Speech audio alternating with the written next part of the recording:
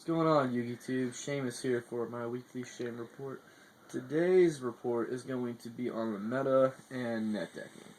Okay, so y'all know, since the dawn of Yu-Gi-Oh!, there have been players that like to create their own decks, and then there are what I like to call the meta whores. They follow the topping decks throughout the entire format and pretty much build carbon copies and make techs like, oh, I took out one of your 3 Maxis and put in a Thunder King Rhino. Giant tech right there, guys. Anyway, but that's basically what Yu-Gi-Oh! Players are. They're either creative, inventive, somewhere in the middle, or they're meta whores. Or the people that create the meta themselves, like Billy Drake and all the professional dudes and all of them. Anyway, but yeah, right now, the meta, which is about to change due to Order of Chaos coming out, right now we have about 3 decks that are top tier. First one is plants. Now, we all know what plants do. They have the plant engine of Spore, Glow Up Ball, and Lone Fire Blossom. And then they combo with 1-for-1 Dandy normally, and then they have Reborn Tengu, and they go through their whole synchro crap. And then you have Agents is another one of the tier 1 decks. It's not as prevalent in America as it is in the OCG, which is, in the OCG, it's one of the 2 top tier decks, which I believe are Insectors and Agents in the OCG. I don't know, I don't play over there, but that's what I've heard. But Agents here, they are strong, but they're not as strong as Plants as the first one. And the other one is the Rabbit deck, the Rescue Rabbit, Tour Guide, Normal Monster, Solemn Dragon, Divine Wrath Dragon dudes. So we have the Agents here. They're not as strong, but they are really a good deck that puts them in the tier 1 level because they have all the boss monsters, the 3 Hyperions, the Christias, the build that runs the Tour Guides and the Sangans has the BLS as well. And that's 5 big boss monsters, 6 big boss monsters, 3 Hyperion, 2 Christia, 1 BLS. Right there, and they just basically go big beats, destroy all your crap with 3 light dads, which is basically what Hyperion is, and stop your special summoning with Christia. Plus they run Honest and the Herald sometimes, Herald of Orange Light, depending on the player. They either run Herald of Orange Light or Effective Hour. And then you have the third tier 1 deck, which is the most recent one that came out with Photon Shockwave, which is the Rescue Rabbit deck. The deck that pops off Rescue Rabbit, removes them from play, specials 2 dinosaurs, the normal guys have the Kabaza, or Sabersaurus, overlays them and makes the Solemn Judgment Dragon of Volzard Lagia. Or if they want to do the other one, the control one, which is a Volzard Dolga. But those are basically the decks that are the best right now. Now, I personally don't like the meta simply because most of the decks are very, very autopilot. Like, when you're playing against a Rabbit deck or an Agent deck, there's almost no thinking involved in that deck. It's like, summon Rabbit, launch Rabbit, do this, that, exceed, set your back row, pass turn, proceed to win, because your opponent can't get over your Solemn Judgment Dragon and your 3 back rows, plus whatever cards you have in hand. Because next turn, odds are you're just going to go summon Tour Guide, bring a Tour Guide, exceed, Leviar, remove for, bring back the Rabbit, pop the Rabbit off again, make a second dude, and basically the game's over there. And Agents is just first turn, either summon Earth or Venus, whichever you open with. If it's Earth, you search Venus. If it's Venus, you do the first turn Gachi play. Or if it's you didn't go first, you went second. Then you have the Birdman in hand. You do the summon the Shining Balls, bounce the Venus, special the Birdman, exceed, or synchro into Trishula. We all know what Trishula can do. So, and then from there on, they just proceed to control with either the Gachi and the Venus, and eventually they're going to drop the Hyperions and the Christias and the VLS, and just overwhelm with boss monsters, because that deck's not very defensive. I don't think it runs very many traps, aside from, like, the big ones like Dust Shoot and Torrential Tribute, and maybe the Psalms.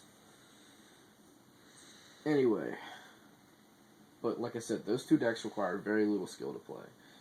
I mean, I'm not saying you can't be a skilled player and play them better than a non-skilled player, because I know my friend Robbie Stargell, he has been running the Rabbit deck, and he runs his variant of it. It runs a couple tech cards in it. I'm not going to go over them because that's his job.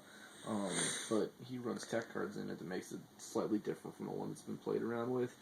And the deck takes a lot more skill to play at that level, but any person can do the first turn move of the Logia, exceed, set the 3 back row, try to win from there.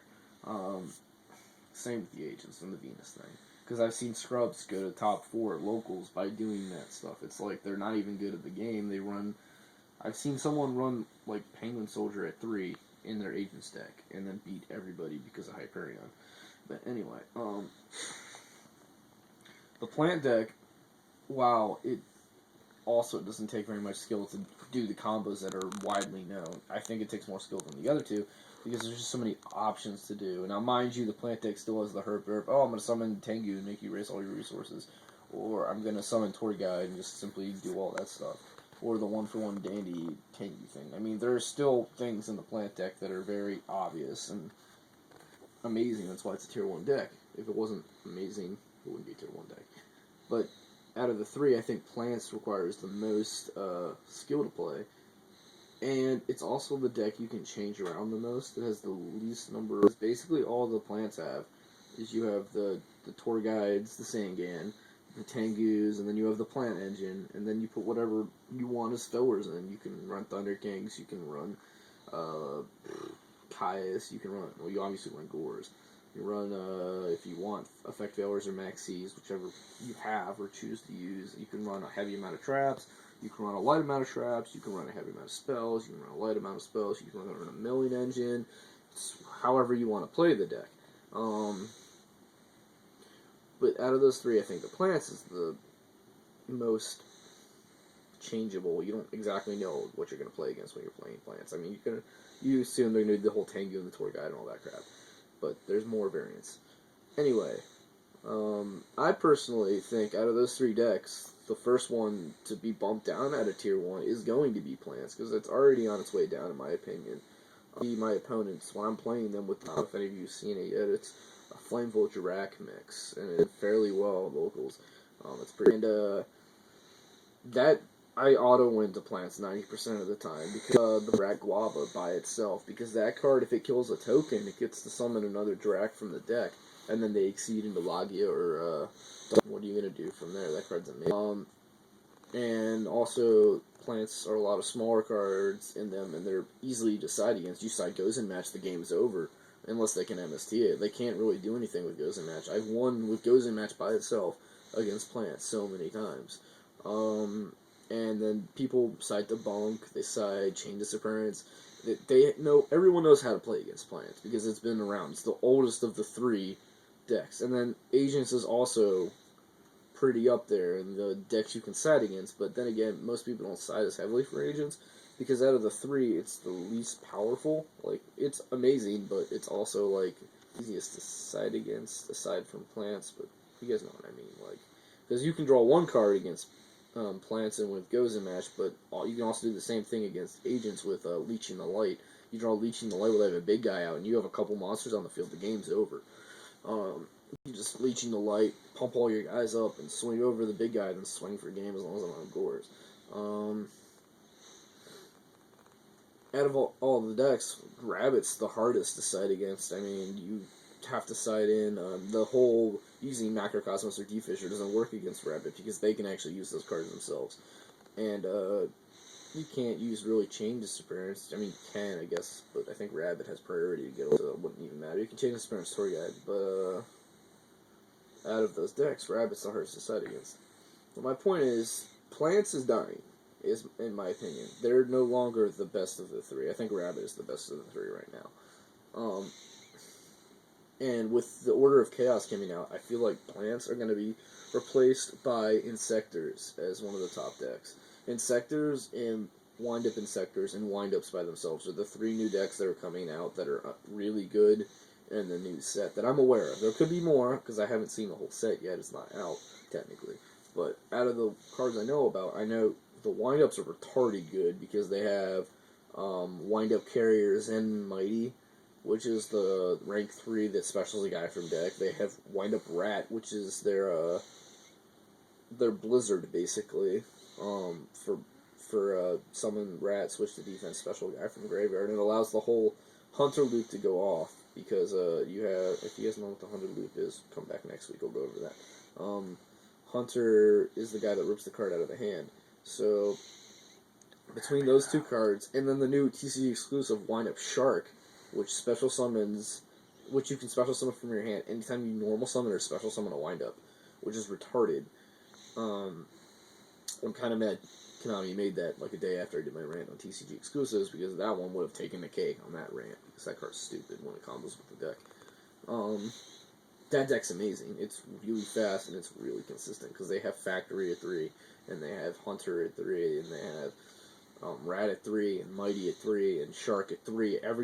Nothing's been touched in that deck yet, because it's not even out fully in America.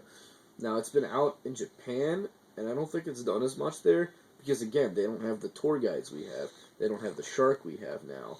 They still have the Hunter and all that stuff, but the Hunter loop's not as easy to do without the tour guide. I mean, they can still do it, but it's not as easy.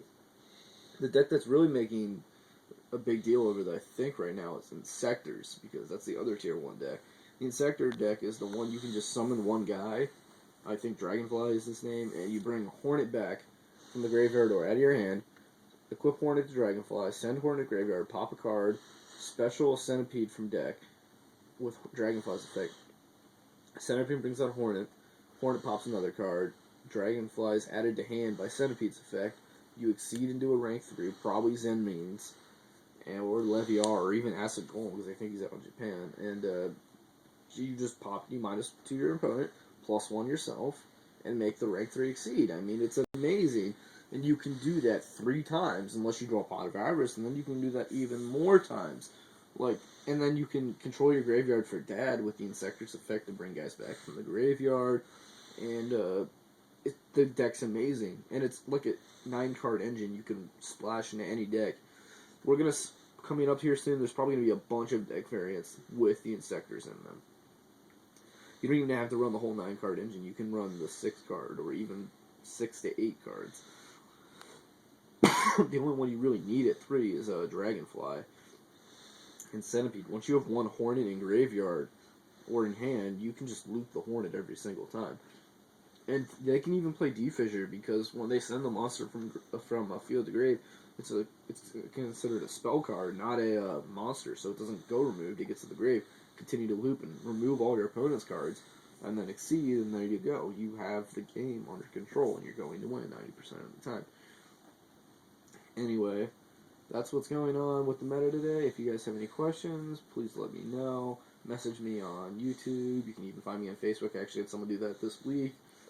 Hit me up. This is Shamus, signing out.